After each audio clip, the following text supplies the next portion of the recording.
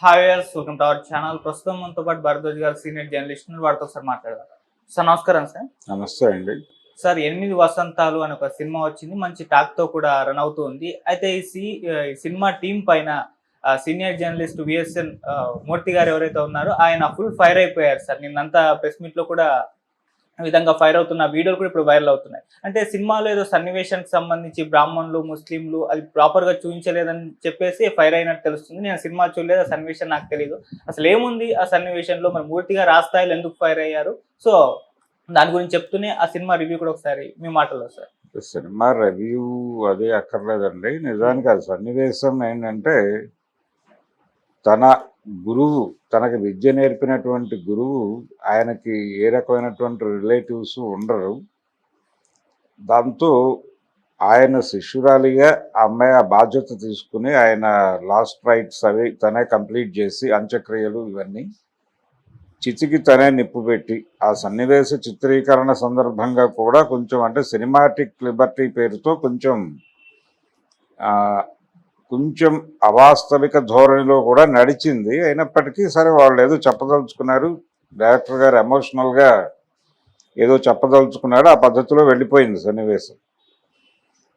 అది జరిగిపోయిన తర్వాత ఆ అస్థికలు ఆయన కోరిక మేరకు నిమజ్జనం చేసేటువంటి బాధ్యత కూడా ఈ అమ్మాయి మీదే ఉంటుంది. తను మాటిస్తుంది గురువుకి.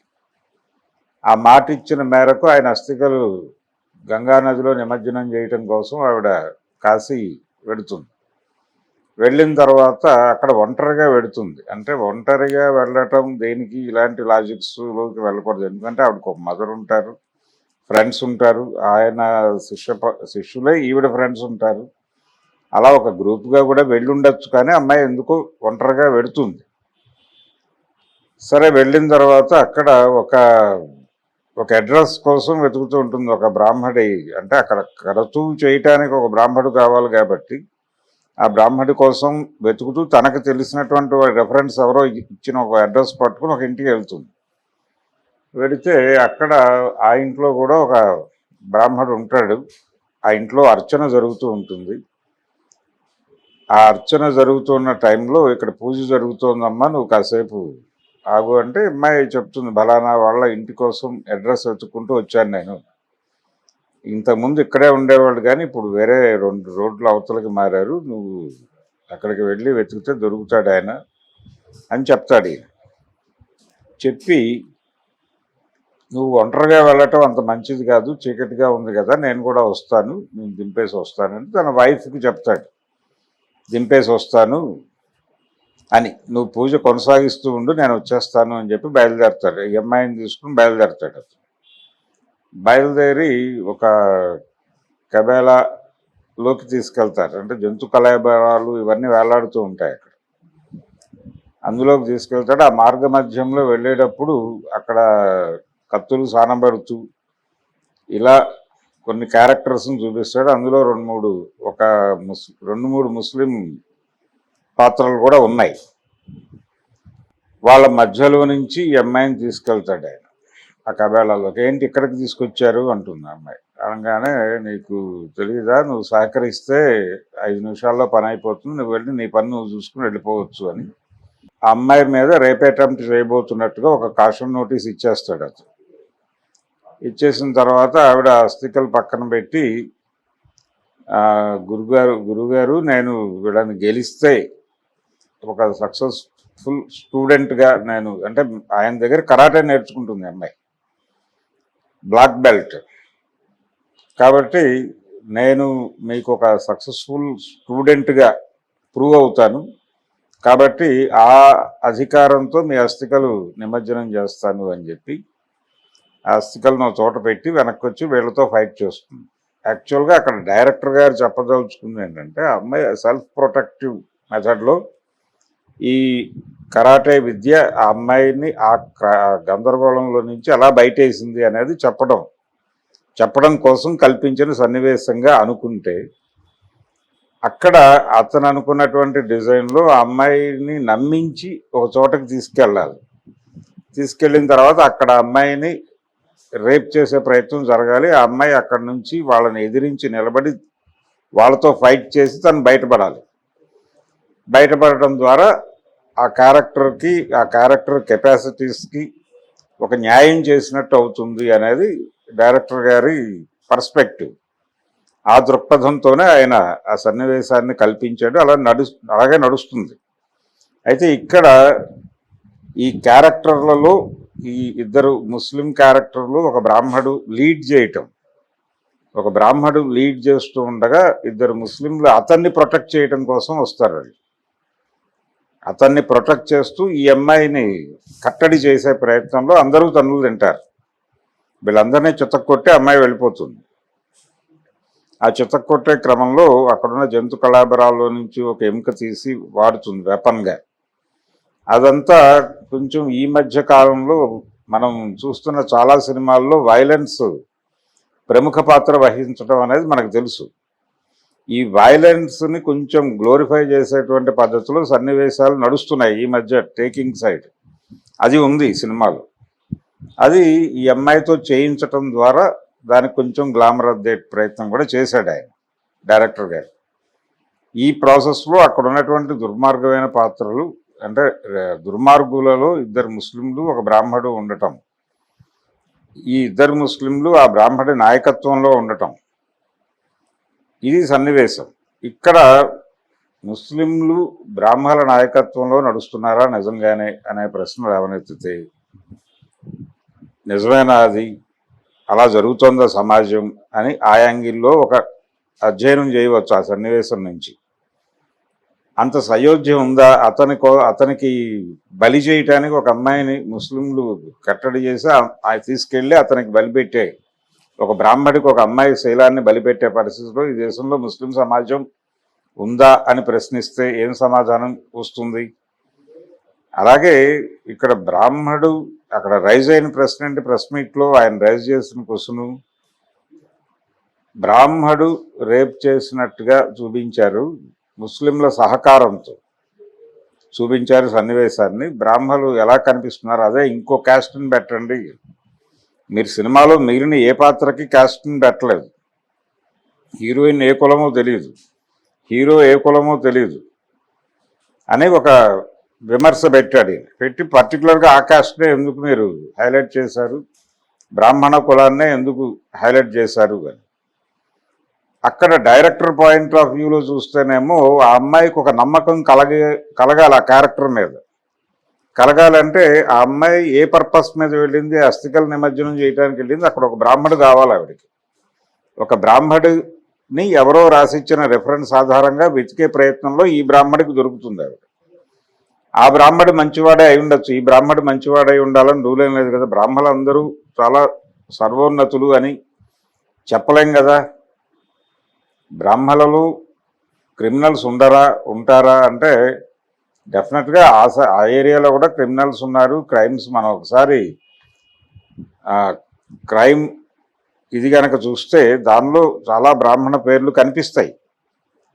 బ్రాహ్మణులు క్రైమ్ చేసినటువంటి జాబితాల్లో కూడా ఉన్నారు. క్రైమ్ అంటే ఏది మోసపోసినట్టు ఉండదు. ముళ్ళపూడి వెంకటరమణ గారు చెప్పినట్టు ఏ మనిషి కూడా మోసపోసినట్టు మంచివాడుగానో చెడ్డవాడిగానో ఉండడు. మంచి చెడు కలగలిస్తేనే మనిషి. అలాగే ఆయనే చెప్పినట్టుగా మంచితనం చెడ్డతనం అనేది విడివిడిగా రాసులు పోసి ఉండవు. వెంటనే అవకాశాలు కలిసి వచ్చి ఒక మంచివాడు చెడ్డవాడిగా మారిపోవచ్చు, అవకాశాలు రాక ఓ చెడ్డవాడు మంచివాడిగా మిగిలిపోవచ్చు అని చెప్పి రాస్తాడు ఆయన. అలాగా ఇక్కడ కూడా అదే సందర్భం. మంచి వాళ్ళందరూ రాసిపోసి ఒకే కులంలో ఉండరు, చెడ్డవాళ్ళు కూడా ఉంటారు. అలాగే ఆయన లేవనెత్తిన దానిలో ఒక అద్భుతమైన పాయింట్ ఏంటంటే, మూర్తి గారు రైజ్ చేసిన దానిలో సినిమాల్లో పర్టికులర్గా కొన్ని అంటే ఒక ఆహార్యానికి సంబంధించిన వ్యవహారంలోకి వెళ్ళినప్పుడు కొన్ని పాత్రలు ఇది ఫలానా కులం అని అర్థమవుతుంది. అలా అర్థమయ్యేటువంటి కులం బ్రాహ్మణ కులం, అర్థమవటానికి అవకాశం ఉన్న కులం. ఎందుకంటే సినిమాలో ఏదో అర్చన చేయాల్సి ఉంటుంది, లేదు హీరో పౌరోహిత్యం చేస్తాడు. ఇలాంటి సందర్భం తీసుకున్నప్పుడు, ఇప్పుడు అదుర్సు లాంటి సినిమా ఉంది, ఆ సినిమాలో ఒక క్యారెక్టర్ ఒక డిఫరెంట్ నేపథ్యం ఉండాలి అని డైరెక్టర్ అనుకున్నప్పుడు ఒక అగ్రహారాన్ని తీసుకున్నాడు. అగ్రహారాన్ని తీసుకున్నప్పుడు అనివార్యంగా దానికి ఒక ఆహార్యం ఉంటుంది. అగ్రహారికుడు అన్న తర్వాత ఆ ఆహార్యంలోకి వెడితేనే అది డీజే అయినా అదుర్స్ అయినా ఇంకో సినిమా అయినా నడుస్తుంది. కాబట్టి ఆ గెటప్లో వెళ్తారు. ఇలా ఆ గెటప్కి సంబంధించినటువంటి ఒక క్లారిటీ ఉంటుంది కాబట్టి చూడగానే ఇది బ్రాహ్మణ పాత్ర అనేది అర్థమవుతుంది. అది ఆ క్యారెక్టర్ చేసిన అతనిని డయాస్ మీదకి పిలుస్తూ కూడా పంతులు గారు రండి అనేసింది ఆవిడ యాంకర్. అది ఇంకొంచెం ఈయన ఆల్రెడీ ఒక డిఫరెంట్ ఒపీనియన్తో ఉన్నాడు. అంటే డిఫరెంట్ ఒపీనియన్ అంటే నిజానికి కొంచెం సీరియస్గా అటాక్ చేయాలి అనేటువంటి మూడ్లో ఉన్నాడు ఈయన గాయపడి ఉన్నాడు. ఆ సినిమాలో ఆ సన్నివేశం ఆయన ఎక్కడో గాయపరిచింది. ఆ గాయపడిన హృదయం మాట్లాడాలి అనుకుంటున్న సందర్భంలో ఈ విషయాన్ని రైజ్ చేయాలనుకుంటుండగా ఆ క్యారెక్టర్ చేసినటువంటి వ్యక్తిని స్టేజ్ మీదకి పిలుస్తూ పంతులు గారు రండి అనటం, అది కొంచెం వెటకారం ధ్వనిస్తుంది అలా పిలవటం. ఆ వెటకారం అనేది ఈయన్ని మరింతగా గాయపరిచి దాన్ని కూడా ప్రస్తావించి అంటే సినిమా పాత్రలకి కూడా కులం ఉంటుంది ఖచ్చితంగా. భారతీయ సమాజంలో పుట్టిన ప్రతి ఒక్కడికి కులం అనేది ఖచ్చితంగా ఉండి తీరుతుంది. అది చెప్పడం తప్పేం కాదు. ఈ పాత్ర ఈ కులానికి చెందింది, కులానికి సంబంధించిన నడవడిక దగ్గర నుంచి భిన్నత్వం ఉంటుంది. ఆ భిన్నత్వాన్ని తెర మీద ఆవిష్కరించాలంటే ఏ పాత్ర ఏ కులానికి చెందిందో చెప్పడం మంచిది. కానీ ముసుగేసి చెప్తాం మనం, ఆ కల్చర్ కరెక్ట్ కాదు. ఉన్న విషయాన్ని దాచిపెట్టి చెప్పడం అనేది సభ్యత కాదు. ఉదాహరణకి కె విశ్వనాథ్ గారి స్వయం కృషి అనే సినిమాలో చిరంజీవి గారు పోషించింది మాదిగ పాత్ర. అది మాదిగ పాత్ర అని చెప్పడం తప్పేం కాదు. అది ఒక మాదిగ గూడెంలో లొకేట్ చేయటం తప్పు కాదు. మాదిగ గూడెంలో మాట్లాడుకునే భాష, మాదిగ గూడెంలో పాడుకునేటువంటి పాటలే ఆ పాత్రకి వాడితే ఇంకా అద్భుతంగా ఉండుండేది. కానీ ఆ పాత్ర అలా బిహేవ్ చేయదు. ఆ పాత్ర ఆ పాటలు పాడదు, బ్రాహ్మణ పాటలు పాడుతుంది. సుందరమూర్తికి చేలములు అని పాడుతుంది. ఇలాంటి పదాలు అక్కడ ఆ ఏరియాలో దొరలవు. అవి అగ్రహారంలో దొరికే పదాలన్నీ అక్కడ దొరుకుతాయి. ఎందుకంటే డైరెక్టర్ గారికి ఆ జీవితం తెలుసు కానీ ఈ జీవితం తెలియదు. ఓకే, అలా నడిపేసి అంటే కులం అనే రియాలిటీని పట్టించుకోకపోతే పైగా కుట్రపూరితంగా దాచిపెట్టే ప్రయత్నం కూడా చేసింది. భారతీయ సినిమా, తెలుగు సినిమా పర్టికులర్గా కులాన్ని దాచిపెట్టే ప్రయత్నం చాలా స్పష్టంగా చేసింది. అది తప్పు. దానికి ఖచ్చితంగా క్షమాపణ చెప్పు తీరాలి సినిమా పరిశ్రమ, సమాజానికి. ఒక మంచి రోజులు వచ్చాయనో సినిమా తీశాడు వి మధుసూదన్ రావు గారు. అది తమిళ నుంచి రీమేక్. తమిళ్లో శివాజీ చేసిన క్యారెక్టర్ ఇక్కడ నాగేశ్వరరావు గారు చేశాడు. అందులో ఒక దళితుడికి, ఒక అగ్రకులానికి చెందిన భూస్వామికి, ఈ దేశంలో భూములన్నీ అగ్రకులాల చేతుల్లో ఉన్నాయి, కింది కులాలు కూలీ కులాలుగానే మిగిలి ఉన్నాయి అనేది వాస్తవం. అందులో ఎవరికైనా కొంత భూమి ఉన్న వాళ్ళు ఉండొచ్చు అందులో, కానీ వేళ్ల మీద లెక్కించదగినటువంటి వాళ్ళే. అందులో నుంచి ఐఏఎస్ ఆఫీసర్లు అయిపోయారు అందరూ అని చెప్తారు, కానీ ఐఏఎస్ ఆఫీసర్లు అందరూ దళితులు కాదు అనే రియాలిటీని కూడా గుర్తించాలి. క్రీమీ లేయర్ అనేటువంటి పాల నురగ వచ్చేసింది, ఆ లేయర్ని తీసి మాట్లాడాలి అని రిజర్వేషన్ వ్యతిరేకులందరూ మాట్లాడతారు. ఆ క్రీమీ లేయర్ చాలా తక్కువ పర్సంటేజ్ ఉంది అనే విషయం వాళ్ళకి అర్థం కాదు. కాబట్టి ఇక్కడ కూడా ఈ సినిమాలో, ఈ మంచి రోజులు వచ్చాయనే సినిమాలో అక్కడ కాన్ఫ్లిక్ట్ ఒక కూలీ కులానికి చెందినటువంటి వాడికి, ఒక భూస్వామ్య కులానికి చెందినటువంటి వాడికి మధ్య వైరం. అది తమిళ సినిమాలో కొంత వాస్తవంగా చూపించే ప్రయత్నం జరుగుతుంది, కానీ తెలుగు సినిమాకి వచ్చేసరికి ఒకే కులంలో ఉన్న డబ్బు లేని వాడికి, డబ్బులున్న వాడికి మధ్య వైరంగా మార్చాడు దాన్ని మధుసూదన్ రావు గారు. అంటే కులాన్ని వర్గంగా మార్చి అది వర్గ పోరాటం తప్ప కుల పోరాటం కాదు అని చెప్పడం కోసం ఒక ఆదర్శవాదాన్ని జొప్పించి ఒక డ్రామా నడిపాడు ఆయన. అది తప్పే. కులం చెప్పకపోవటం అనేది ఖచ్చితంగా తప్పే. భారత సమాజంలో రియాలిటీ, ఒక వాస్తవికతని మరుగున పరిచే ప్రయత్నం చేయటం ఖచ్చితంగా తప్పే. దానికి సినిమా పరిశ్రమ మీద ఆ రకమైన విమర్శ మెయిన్ స్ట్రీమ్లో మూర్తి గారు లాంటి వాడు చేయటం చాలా బాగుంది. ఇన్ ది సేమ్ టైం మంచి చెడులు, కొన్ని కులాల్లో అందరూ మంచివాళ్ళు, కొన్ని కులాల్లో అందరూ దుర్మార్గులు ఉంటారని స్పెసిఫై చేయటం, ఇది ఇంకో దుర్మార్గమైన స్టేట్మెంట్. ఆల్రెడీ ఇప్పటికే భారతీయ జైళ్లలో కులగణన తీస్తే, జైళ్లకు వెళ్ళి కులగణన తీస్తే అక్కడ మెజారిటీ దళితులే ఉంటారు, మైనారిటీలు ఉంటారు. ఎందుకు మైనారిటీలు? ఆయన చెప్పిన పద్ధతులునే మైనారిటీలు. అలాగే దళితులు ఎక్కువ ఎందుకుంటారు అంటే, వాళ్ళు మాత్రమే నేరాలు చేస్తారా? మిగిలిన కులాల్లో ఎవరు నేరాలు చేయరా?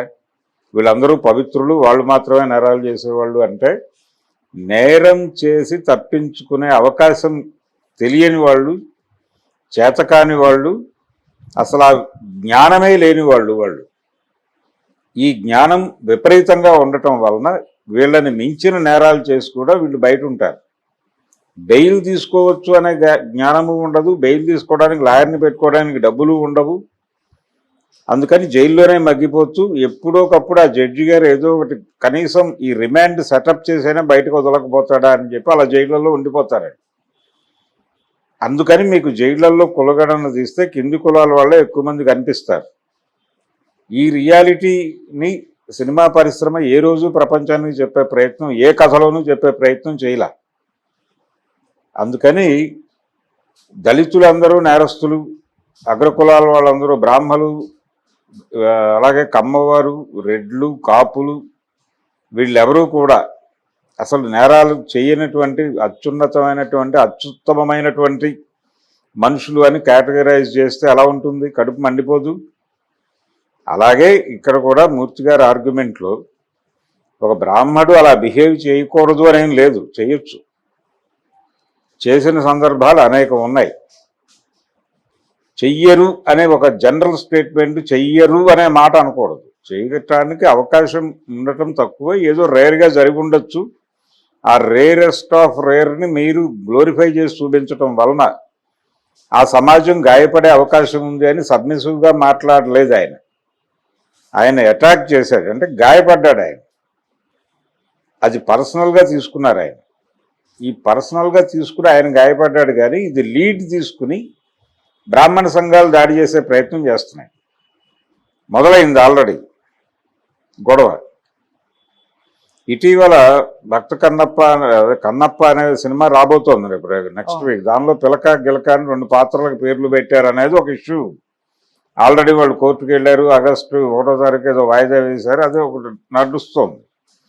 ఈ నడుస్తున్న టైంలో అంటే సినిమాల్లో బ్రాహ్మణ పాత్రల్ని లేఖిగా చూపిస్తున్నారు, హాస్యానికి వాడుకుంటున్నారు, అపహాస్యం చేస్తున్నారు అనేటువంటి ఒక అభిప్రాయం చాలా మందిలో ఉండింది. ఇప్పుడు క్రిమినల్స్గా చూపిస్తున్నారు అనేటువంటి ఒక కొత్త యాంగిల్ని ఈయన రైజ్ చేశాడు. ఈ రైజ్ చేసినటువంటి పాయింట్ అక్కడ వెకిలిగా చూపించడం అనేది, మీరు స్పెసిఫిక్గా కులం అనేది బ్రాహ్మణులకు మాత్రమే వచ్చేస్తుంది. ఎందుకంటే వాళ్ళ గెటప్లో అది ఉంటుంది కాబట్టి. మిగిలిన వాళ్ళకి ఆ గెటప్లు ఉండవు. ఒక 5గురిని చూపిస్తే 5గురిని ఇమీడియట్గా చూసి వారి బిహేవియర్, వాటితో ట్రావెల్ అయితే తప్ప కులం ఏంటో అర్థం కాదు. అందుకని చూడగానే గుర్తుపట్టేటువంటి కులం బ్రాహ్మణ. అలాగే చెప్పులు కుట్టేవాడు, అది కనిపిస్తూనే ఉంటుంది, చాకలికి కనిపిస్తూనే ఉంటుంది వృత్తి. అక్కడ రజక వృత్తి చేస్తూ ఉంటారు, కనిపిస్తుంది అది విజిబుల్గా. ఇవి కాకుండా కామందుల కులాలు కనిపెట్టడం, అందరూ దాదాపు ఒకేలాగా ఉంటారు. వాళ్ళ గెటప్లు, ఆహార్యాలు అన్నీ ఒకేలా ఉంటాయి. ఉన్నప్పుడు ఆ ఏరియాలో ఐడెంటిఫికేషన్ తక్కువ ఉంటుంది. వాళ్ళందరూ గంపగొత్తగా ఒకేలా ఉంటారు. ఇక్కడ వీళ్ళు స్పెసిఫిక్గా కనిపిస్తారు, వేరు వేరు కుల వృత్తుల్లో ఉన్నవాళ్ళు. ఈ కుల వృత్తులు కాకుండా విడిగా అజమాయిషీ కులాలుగా ఉన్న వాళ్ళందరూ ఒకేలా కనిపిస్తారు. అందులో భాగంగానే రెడ్లు పేరు పెట్టి అంటే సమరసింహారెడ్డి, లేకపోతే చెన్న కేశవరెడ్డి, భరత సింహారెడ్డి ఇలాంటి పేర్లు పెట్టి సినిమాలు తీసినప్పుడు మాత్రమే రెడ్లు, ఇది రెడ్డి క్యారెక్టర్ అనే విషయం ప్రపంచానికి అర్థమవుతుంది. అతను వీరత్వం వెళ్ళిపోయి నరికేస్తూ ఉంటాడు, అదొక ధోరణి, అది ఎంజాయ్ చేస్తారంటే దానిలో కూడా మా రెడ్లందరినీ దుర్మార్గులు, నరికివేతగాళ్ళు అన్నట్టు చూపిస్తున్నారు సినిమాలో అని రెడ్డి కులం హర్ట్ అయి మాట్లాడిన సందర్భాలు కూడా ఉన్నాయి ఓ దశలో, ఫ్యాక్షన్ సినిమాలు నడుస్తున్న టైంలో. అందుకని ఏ కులము రాసిపోసి ఉండదు. ప్రతి కులంలోనూ మంచివాళ్ళు ఉంటారు, చెడ్డవాళ్ళు ఉంటారు. ప్రతి కులంలోనూ దారుణమైన క్రైమ్స్ చేసేవాళ్ళు ఉంటారు. అగ్రకులాల్లో పెద్ద క్రైములు చేయటంలో ధైర్యం ఉంటుంది వాళ్ళకి. అంటే డెఫినెట్గా మనం ఆర్గనైజ్ చేసుకుని బయటపడగలమనే కాన్ఫిడెన్స్ ఉండటం వలన చట్టాన్ని మ్యానిపులేట్ చేయగలము మనం. అంటే కోర్టులను ఏదో పద్ధతిలో మ్యానిపులేట్ చేసి మనం బయటపడగలమనేటువంటి కాన్ఫిడెన్స్, అనుభవం ఉండటం, అనుభవంతో పాటు పరిచయాలు ఉండటం, ఒక యాక్సెసిబిలిటీ ఉండటం, అన్ని సెక్షన్స్లోనూ ఈజీగా యాక్సెస్ అవ్వగలరు వాళ్ళు. ఇన్ని సౌలభ్యాలు ఉన్నాయి కాబట్టి వాళ్ళు పెద్ద క్రైమ్స్ ఆలోచిస్తారు. 50 రూపాయలు దొంగతనం చేయటం లాంటి చిల్లర దొంగతనాల గురించి వాళ్ళు ఆలోచించరు. అందుకనే మళ్ళీ ముళ్ళపూడి వెంకటరమణ గారే ఒక చోట అన్నట్టు, పెద్ద నేరాలు చేసేటప్పుడు పెద్ద కులాల వాళ్ళకు ఉండే ధైర్యం చిన్న కులాల వాళ్ళకు ఉండదు అని చోట రాశాడు ఆయన. అది వాస్తవం. అందుకని బ్రాహ్మణ కులంలో ఒక రేపిస్టుడు బ్రాహ్మడు అని చూపించటం అది దుర్మార్గం అని నేనైతే అనుకోవట్లేదు. ఓకే, బ్రాహ్మలు కూడా కొంతమంది ఆ కార్యక్రమం చేయవచ్చు. వాళ్ళేమి బ్రాహ్మడు కాబట్టి జన్మతః వాడు బ్రాహ్మడు కాబట్టి వాడు చాలా సచ్చీలుడై ఉంటాడు అని ఒక బ్రాండ్ వేయటం తప్పు. ఆ బ్రాండ్ మాటున వాళ్ళు చేసే దుర్మార్గాలన్నింటినీ దాచిపెట్టాలి ప్రయత్నించడం కూడా నేరమే అవుతుంది. అందుకని అలా దేనికి బ్రాండ్ వేసినా దాన్ని డొక్క చీంచి ఆ గొడ్డ తీసేయాల్సిన అవసరం ఖచ్చితంగా ఉంది.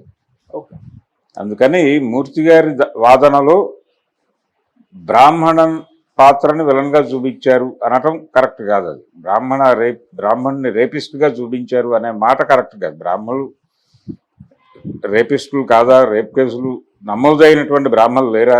ఒకసారి వెళ్ళి వెరిఫై చేస్తే రికార్డులు, అధికారికంగా డేటా కూడా తీసుకుని మాట్లాడచ్చు దాని మీద.